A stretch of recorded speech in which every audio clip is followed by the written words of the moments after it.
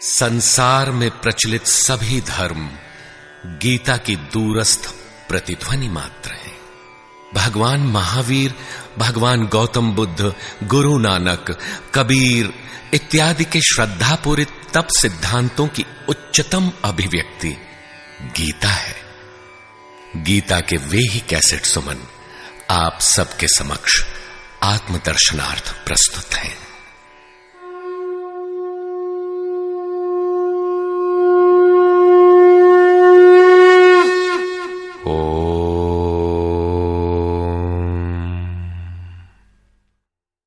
श्री परमात्मने नमः। यथार्थ गीता, श्रीमद् भगवत गीता, अथ सप्तमोऽध्यायः। गत अध्यायों में गीता के मुख्य प्रायः सभी प्रश्न पूर्ण हो गए हैं। निष्काम कर्म योग, ज्ञान योग, कर्म और यज्ञ का स्वरूप और उसकी विधि, योग का वास्तविक स्वरूप और उसका परिणाम, तथा अवतार, वर्ण संकर, सनातन आत्मस्थित महापुरुष के लिए भी लोक हितार्थ कर्म करने पर बल, युद्ध इत्यादि पर विशद चर्चा की गई। अगले अध्यायों में योगेश्वर श्री कृष्ण ने इन्हीं से संदर्भित अनेक पूरक प्रश्नों को लिया है, जिनका समाधान तथा अनुष्ठान आराधना में सहायक सिद्ध होगा। छठे अध्याय के अंतिम श्लोक में योगेश्वर ने यह कहकर प्रश्न का स्वयं बीजारोपण कर दिया कि जो योगी मद्गतेनांतरात्मना, मुझ में अच्छी प्रकार स्थित अंतःकरण वाला है, उसे मैं अतिशय श्रेष्ठ योगी मानता हूं। परमात्मा में अच्छी प्रकार स्थिति क्या है? बहुत से योगी परमात्मा को प्राप्त तो होते हैं, फिर भी कहीं कोई कमी उन्हें खटकती है। लेश मात्र भी कसर न रह जाए, ऐसी अवस्था कब आएगी? संपूर्णता से परमात्मा की जानकारी कब आएगी, कब होती है? इस पर योगेश्वर श्री कृष्ण कहते हैं, श्री भगवान उवाच, मय्यासक्तमनाः पार्थ योगं युञ्जन्मदाश्रयः असंशयं समग्रं माम् यथा ज्ञास्यसि तच्छृणु। पार्थ, तू मुझ में आसक्त हुए मन वाला, बाहरी नहीं अपितु मदाश्रय अर्थात मेरे परायण होकर योग में लगा हुआ, छोड़कर नहीं, मुझको जिस प्रकार संशय रहित जानेगा उसको सुन, जिसे जानने के पश्चात लेश मात्र भी संशय न रह जाए। विभूतियों की उस समग्र जानकारी पर पुनः बल देते हैं। ज्ञानम तेहं सविज्ञानम इदं वक्ष्याम्यशेषतः यज्ज्ञात्वा नेह भूयोऽन्यत् ज्ञातव्यमवशिष्यते। मैं तेरे लिए इस विज्ञान सहित ज्ञान को संपूर्णता से कहूंगा। पूर्ति काल में यज्ञ जिसकी सृष्टि करता है, उस अमृत तत्व की प्राप्ति के साथ मिलने वाली जानकारी का नाम ज्ञान है। परम तत्व परमात्मा की प्रत्यक्ष जानकारी का नाम ज्ञान है। महापुरुष को एक साथ सर्वत्र कार्य करने की जो क्षमता मिलती है, वो विज्ञान है। कैसे वो प्रभु एक साथ सबके हृदय में कार्य करता है, किस प्रकार वो उठाता, बैठाता और प्रकृति के द्वंद्व से निकालकर स्वरूप तक की दूरी तय करा लेता है, उनकी इस कार्य प्रणाली का नाम विज्ञान है। इस विज्ञान सहित ज्ञान को संपूर्णता से कहूंगा, जिसे जानकर, सुनकर नहीं, संसार में और कुछ भी जानने योग्य नहीं रह जाएगा। मानने वालों की संख्या बहुत कम है।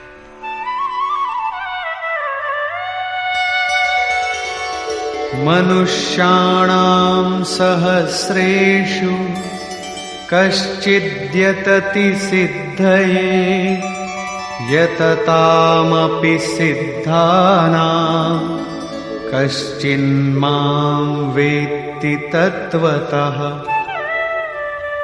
हजारों मनुष्यों में कोई ही मनुष्य मेरी प्राप्ति के लिए यत्न करता है, और उन यत्न करने वाले योगियों में भी कोई विरला ही पुरुष मुझे तत्व अर्थात साक्षात्कार के साथ जानता है।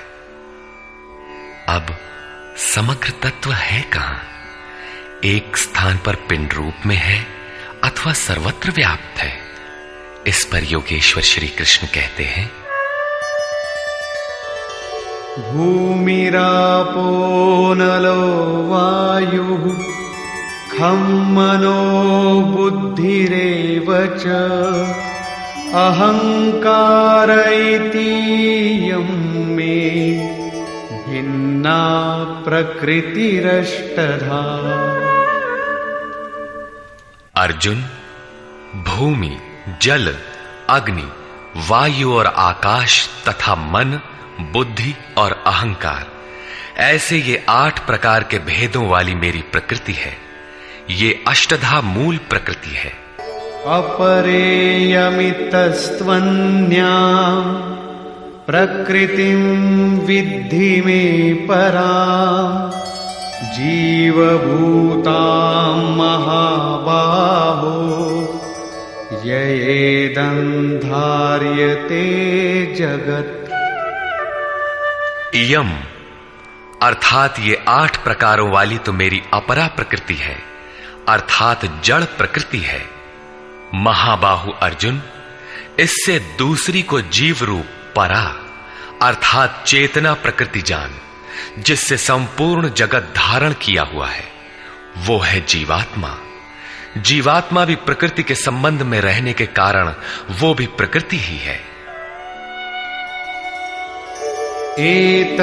एतद्योनीनि भूतानि सर्वाणीत्युपधारय अहं कृत्स्नस्य जगतः प्रभवः प्रलयस्तथा।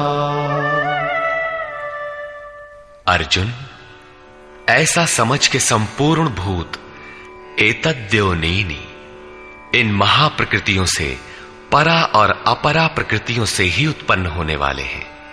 यही दोनों एकमात्र योनि है। मैं संपूर्ण जगत की उत्पत्ति तथा प्रलय रूप हूं, अर्थात मूल कारण हूं। जगत की उत्पत्ति मुझसे है और प्रलय अर्थात विलय भी मुझ में है। जब तक प्रकृति विद्यमान है तब तक मैं ही उसकी उत्पत्ति हूं, और जब कोई महापुरुष प्रकृति का पार पा लेता है तब मैं ही महाप्रलय भी हूं, जो अनुभव में आता है। सृष्टि की उत्पत्ति और प्रलय के प्रश्न को मानव समाज ने कौतूहल से देखा है। विश्व के अनेक शास्त्रों में इसे किसी न किसी तरह समझने का प्रयास चला आ रहा है। कोई कहता है प्रलय में संसार डूब जाता है, तो किसी के अनुसार सूर्य इतना नीचे आ जाता है कि पृथ्वी जल जाती है। कोई इसी को कयामत कहता है कि इसी दिन सबका फैसला सुनाया जाता है, तो कोई नित्य प्रलय नैमित्तिक प्रलय की गणना में व्यस्त है। किंतु योगेश्वर श्री कृष्ण के अनुसार प्रकृति अनादि है, परिवर्तन होते रहे हैं, किंतु ये नष्ट कभी नहीं हुई। भारतीय धर्म ग्रंथों के अनुसार मनु ने प्रलय देखा था। इसके साथ 11 ऋषियों ने मत्स्य की सींग में नाव बांधकर हिमालय के एक उत्तुंग शिखर की शरण ली थी। लीलाकार श्री कृष्ण के उपदेशों एवं जीवन से संबंधित उनके समकालीन शास्त्र भागवत में मृकंड मुनि के पुत्र मार्कंडेय जी द्वारा प्रलय का आंखों देखा हाल प्रस्तुत है। वे हिमालय के उत्तर में पुष्पभद्रा नदी के किनारे रहते थे। भागवत के 12 स्कंद के 8वें और 9वें अध्याय के अनुसार शौनक आदि ऋषियों ने सूत जी से पूछा कि मार्कंडेय जी ने महाप्रलय में वट के पत्ते पर भगवान बाल मुकुंद के दर्शन किए थे, किंतु वे तो हमारे ही वंश के थे और हमसे कुछ ही समय पूर्व हुए थे। उनके जन्म के बाद न तो कोई प्रलय हुआ और न ही सृष्टि ही डूबी, सब कुछ यथावत है। तब उन्होंने कैसा प्रलय देखा?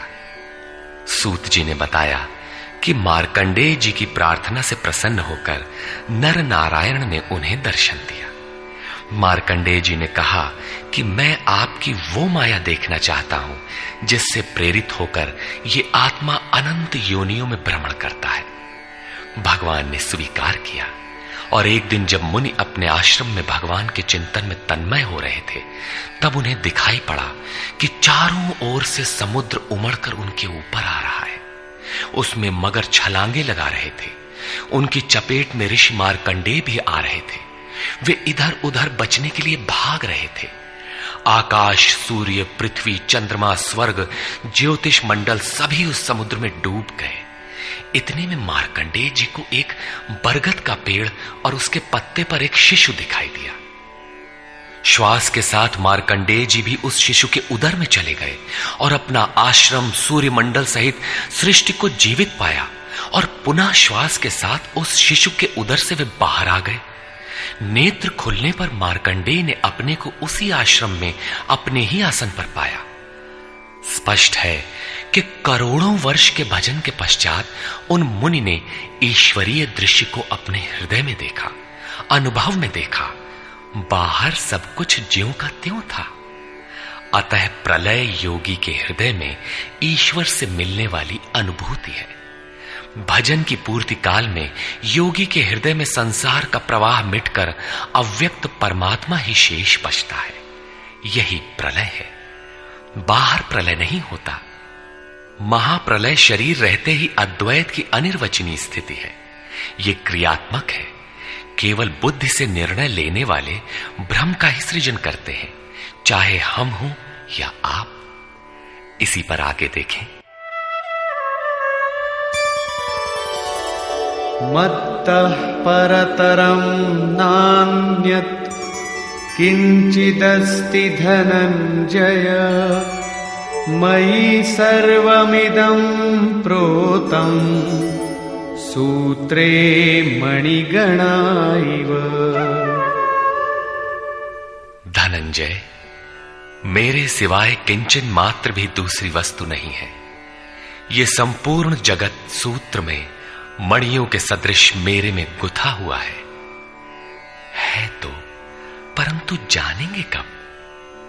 जब इस अध्याय के प्रथम श्लोक के अनुसार अनन्यासक्ति अर्थात भक्ति से मेरे परायण होकर योग में उसी रूप से लग जाए। इसके बिना नहीं, योग में लगना आवश्यक है। रसोऽहमप्सु कौन्तेय प्रभास्मि शशि सूर्ययोः प्रणवः सर्ववेदेषु शब्दः के पौरुषं नृषु। कौन्तेय, जल में मैं रस हूं, चंद्रमा और सूर्य में प्रकाश हूं, संपूर्ण वेदों में मैं ओंकार हूं। ओ धन अहम धनकार, स्वयं का आकार हूं। आकाश में शब्द और पुरुषों में पुरुष तत्व हूं, तथा मैं पुण्यो गंधः पृथिव्यां च तेजश्चास्मि विभावसौ जीवनं सर्वभूतेषु तपश्चास्मि तपस्विषु। पृथ्वी में पवित्र गंध और अग्नि में तेज हूं, संपूर्ण जीवों में उनका जीवन हूं और तपस्वियों में उनका तप हूं। बीजं मां सर्वभूतानां विद्धि पार्थ सनातनम् बुद्धिर्बुद्धिमतामस्मि तेजस्तेजस्विनामहम्। पार्थ, तू संपूर्ण भूतों का सनातन कारण अर्थात बीज मुझे ही जान। मैं बुद्धिमानों की बुद्धि और तेजस्वियों का तेज हूं। इसी क्रम में योगेश्वर श्री कृष्ण कहते हैं, बलं बलवतां चाहं कामरागविवर्जितं धर्माविरुद्धो भूतेषु कामोऽस्मि भरतर्षभ। हे भरत श्रेष्ठ अर्जुन, मैं बलवानों का कामना और आसक्ति रहित बल हूं। संसार में सब बलवान ही तो बनते हैं। कोई दंड बैठक लगाता है, कोई परमाणु इकट्ठा करता है, किंतु नहीं, श्री कृष्ण कहते हैं कि काम और राग से परे जो बल है वो मैं हूं, वही वास्तविक बल है। सब भूतों में धर्म के अनुकूल कामना मैं हूं। परब्रह्म परमात्मा ही एकमात्र धर्म है जो सबको धारण किए हुए है। जो शाश्वत आत्मा है वही धर्म है। जो उससे अविरोध रखने वाली कामना है मैं हूं। आगे भी श्री कृष्ण ने कहा कि अर्जुन, मेरी प्राप्ति के लिए इच्छा कर। सब कामनाएं तो वर्जित है, किंतु उस परमात्मा को पाने की कामना आवश्यक है, अन्यथा आप साधन कर्म में प्रवृत्त नहीं होंगे। ऐसी कामना भी मेरी ही देन है। ये चैव सात्विका भावा राजसास्तामसाश्च ये मत्त एवेति तान् विद्धि न त्वहं तेषु ते मयि। और भी जो सत्वगुण से उत्पन्न होने वाले भाव हैं, जो रजोगुण और तमोगुण से उत्पन्न होने वाले भाव हैं, उन सब को तुम मुझसे ही उत्पन्न होने वाले हैं ऐसा जान। परंतु वास्तव में उनमें मैं और वे मेरे में नहीं हैं, क्योंकि न मैं उनमें खोया हूं और न वे ही मुझ में प्रवेश कर पाते हैं। क्योंकि मुझे कर्म से स्पृहा नहीं है, मैं निर्लेप हूं, मुझे इनमें कुछ पाना नहीं है, इसलिए मुझ में प्रवेश नहीं कर पाते। ऐसा होने पर भी जिस प्रकार आत्मा की उपस्थिति से ही शरीर को भूख प्यास लगती है, आत्मा को अन्न अथवा जल से कोई प्रयोजन नहीं है, उसी प्रकार प्रकृति परमात्मा की उपस्थिति में ही अपना कार्य कर पाती है। परमात्मा उसके गुण और कार्यों से निर्लेप रहता है।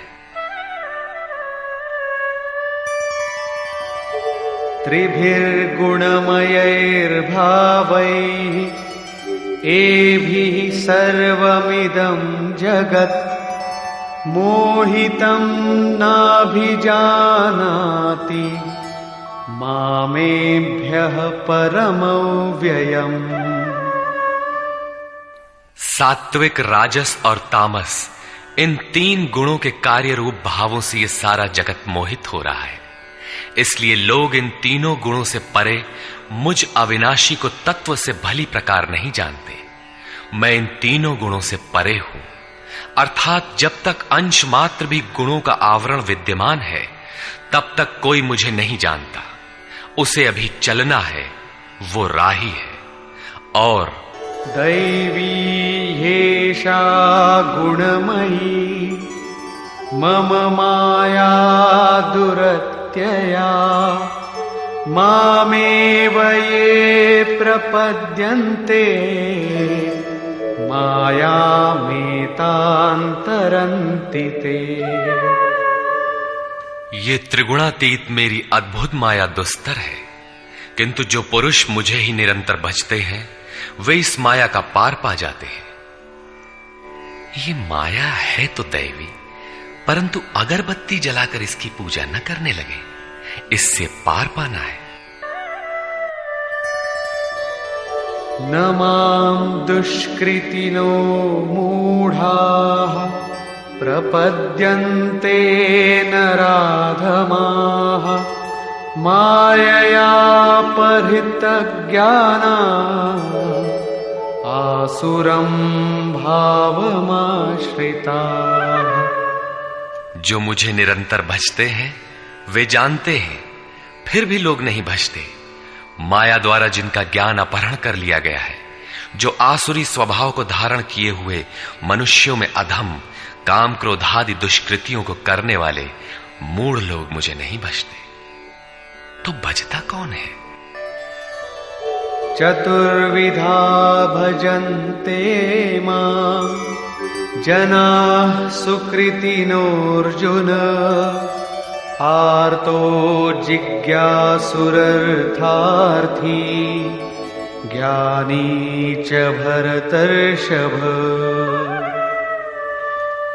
हे भरत श्रेष्ठ अर्जुन, सुकृतिनः उत्तम अर्थात नियत कर्म, अर्थात जिसके परिणाम में श्रेय की प्राप्ति हो उसको करने वाले, अर्थार्थी अर्थात सकाम, आर्तः अर्थात दुख से छूटने की इच्छा वाले, जिज्ञासु अर्थात प्रत्यक्ष रूप से जानने की इच्छा वाले, और ज्ञानी अर्थात जो प्रवेश की स्थिति में है।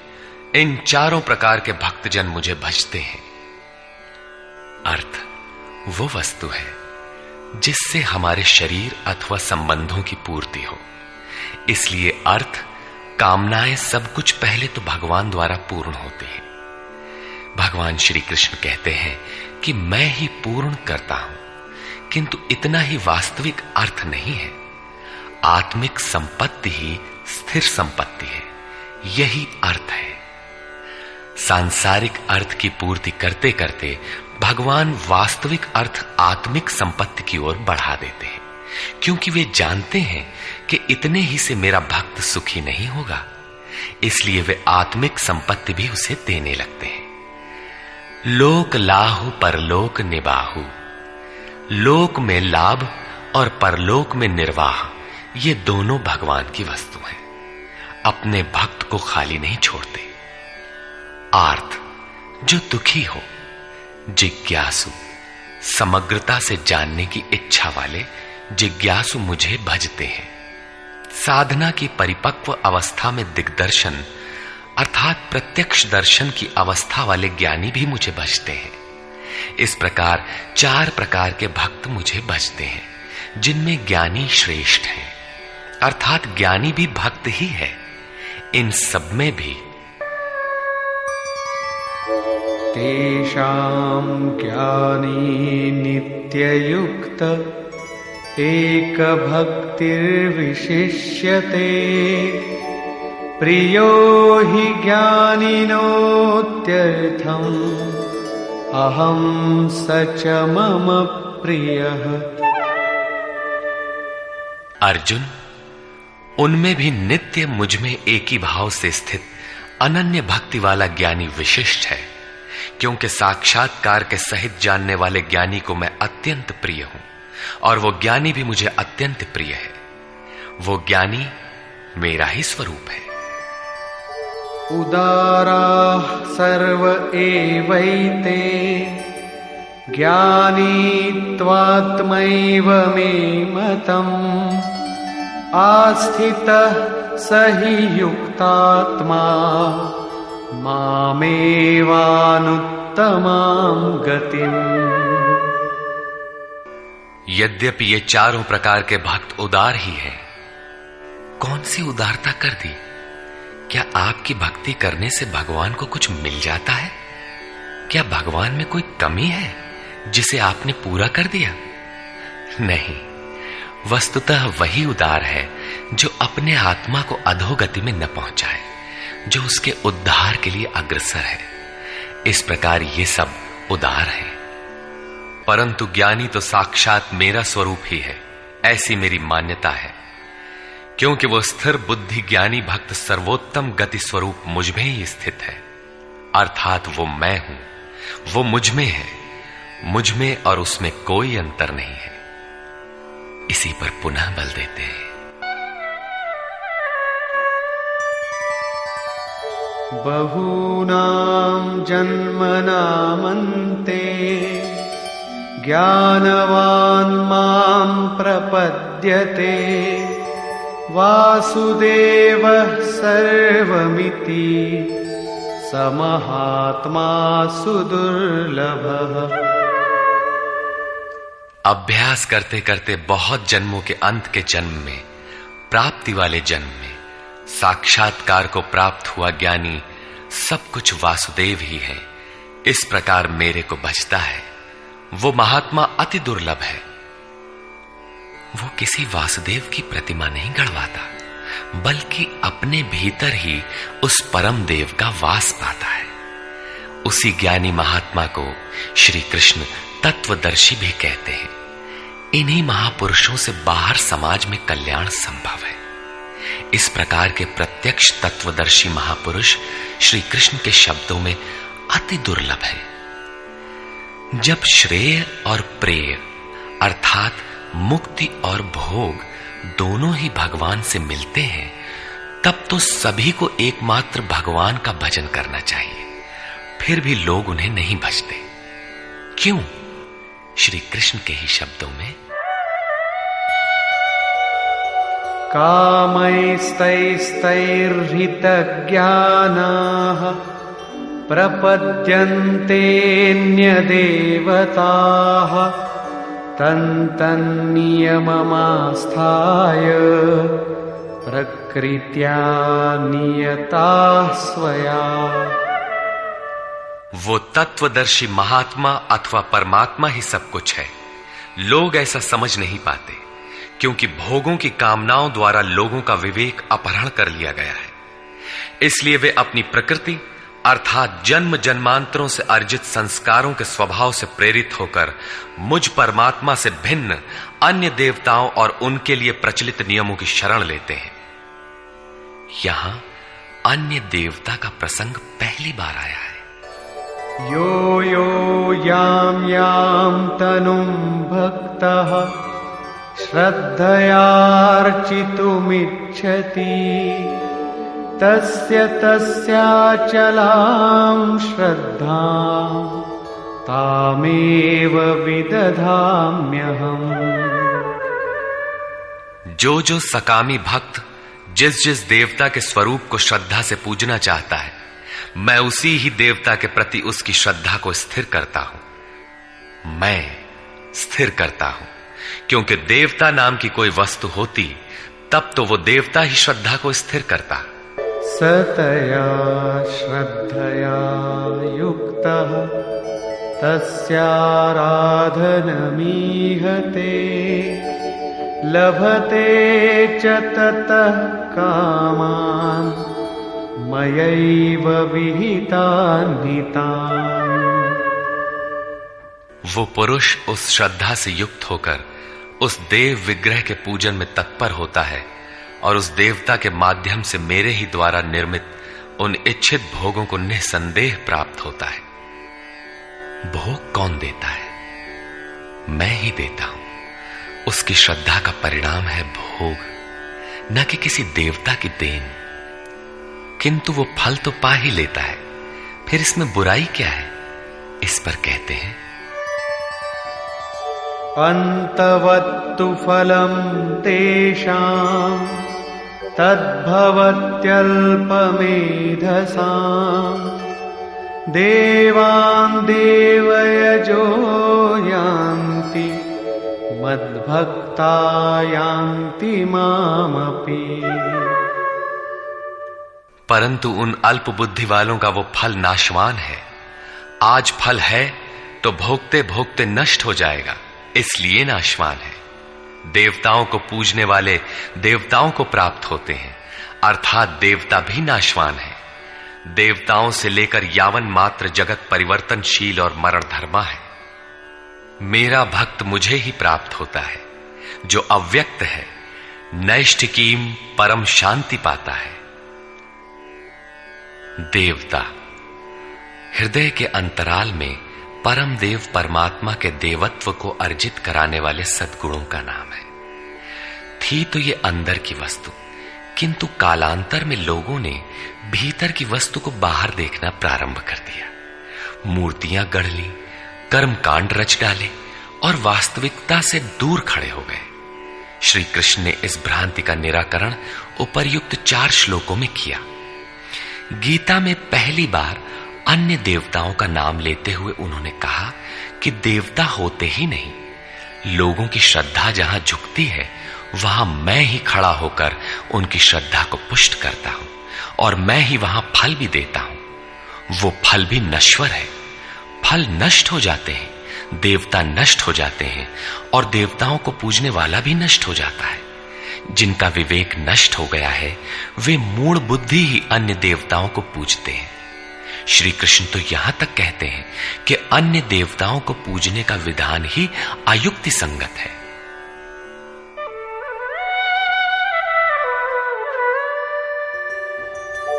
अव्यक्तं व्यक्तिमापन्नं मन्यन्ते माम बुद्धयः परं भावमजानन्तो ममाव्ययमनुत्तमम्। यद्यपि जब देवताओं के नाम पर देवता नाम की कोई वस्तु है ही नहीं, जो फल मिलता है वो भी नाशवान है, फिर भी सब लोग मेरा भजन नहीं करते, क्योंकि बुद्धिहीन पुरुष अर्थात कामनाओं द्वारा जिनका ज्ञान अपहृत हो गया है, वे मेरे सर्वोत्तम, अविनाशी और परम प्रभाव को भली प्रकार नहीं जानते। इसलिए वे मुझ अव्यक्त पुरुष को व्यक्ति भाव को प्राप्त हुआ मानते हैं, मनुष्य मानते हैं। अर्थात श्री कृष्ण भी मनुष्य शरीरधारी योगी थे, योगेश्वर थे। जो स्वयं योगी हो और दूसरों को भी योग प्रदान करने की जिनमें क्षमता हो, उन्हें योगेश्वर कहते हैं। साधना के सही दौर में पड़कर क्रमशः उत्थान होते होते महापुरुष भी उसी परम भाव में स्थित हो जाते हैं।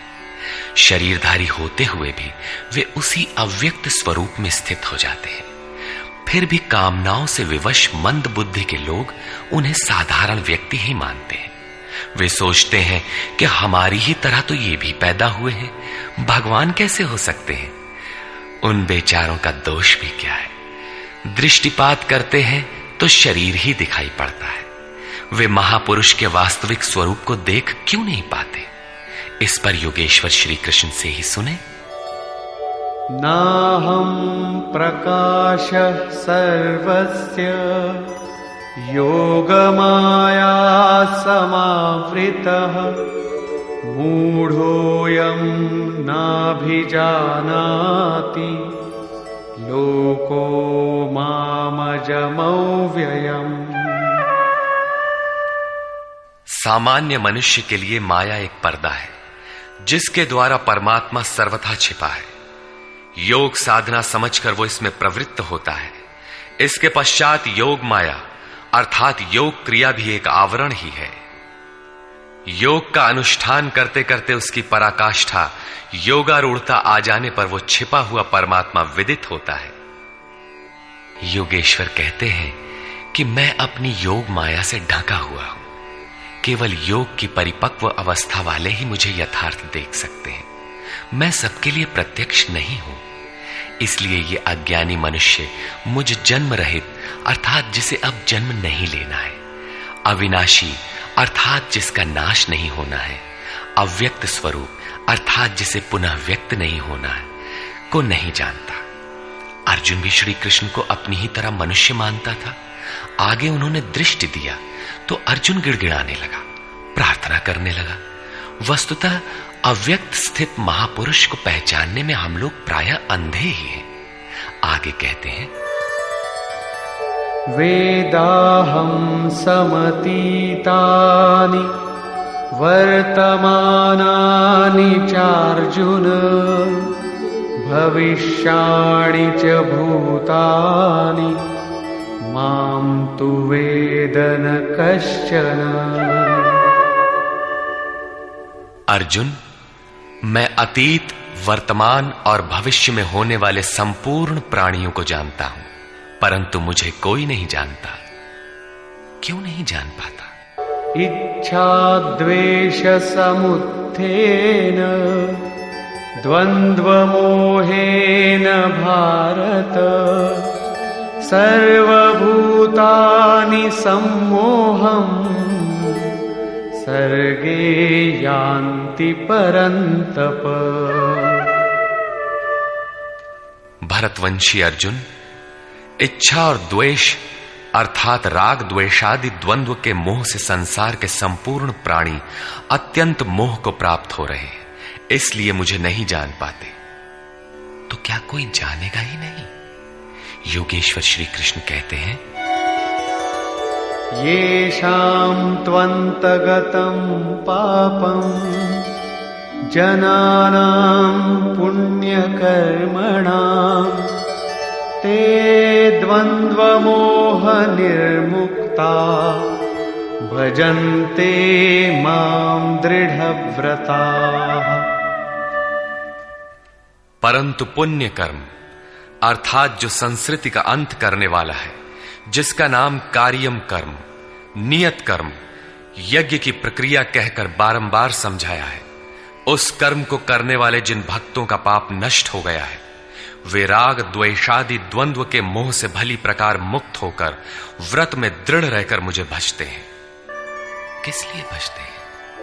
जरा मरण मोक्षाय मामाश्रित्य यतन्ति ये ते ब्रह्म तद्विदु कृत्स्नम् अध्यात्मं कर्म चाखिलम्। जो मेरी शरण होकर जरा और मरण से मुक्ति पाने के लिए प्रयत्न करते हैं, वे पुरुष उस ब्रह्म को, संपूर्ण अध्यात्म को और संपूर्ण कर्म को जानते हैं, और इसी क्रम में साधिभूताधिदैवं मां साधियज्ञं च ये विदुः प्रयाणकालेऽपि च मां ते विदुर्युक्तचेतसः। जो पुरुष अधिभूत, अधिदैव तथा अधियज्ञ के सहित मुझे जानते हैं, मुझ में समाहित चित्त वाले वे पुरुष अंतकाल में भी मुझको ही जानते हैं, मुझ में ही स्थित रहते हैं और सदैव मुझे प्राप्त रहते हैं।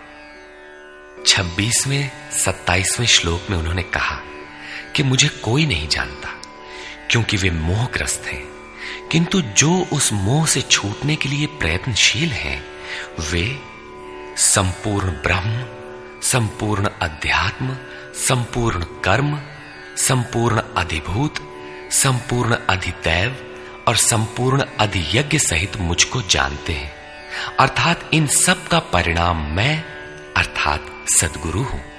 वही मुझे जानता है, ऐसा नहीं कि कोई नहीं जानता।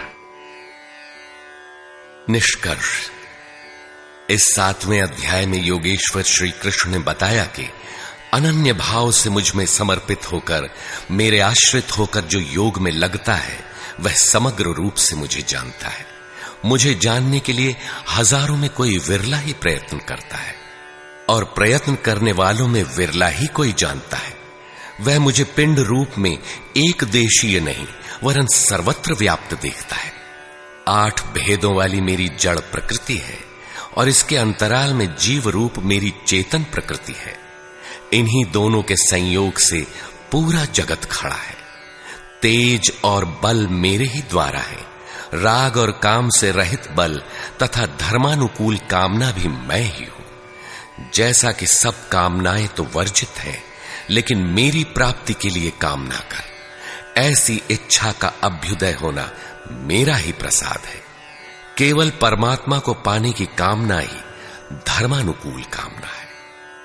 श्री कृष्ण ने बताया कि मैं तीनों गुणों से अतीत हूं, परम का स्पर्श करके परम भाव में स्थित हूं, किंतु भोगासक्त मूढ़ पुरुष सीधे मुझे न भजकर अन्य देवताओं की उपासना करते हैं, जबकि वहां देवता नाम का कोई है ही नहीं। पत्थर, पानी, पेड़, जिसको भी वे पूजना चाहते हैं, उसी में उनकी श्रद्धा को मैं ही पुष्ट करता हूं।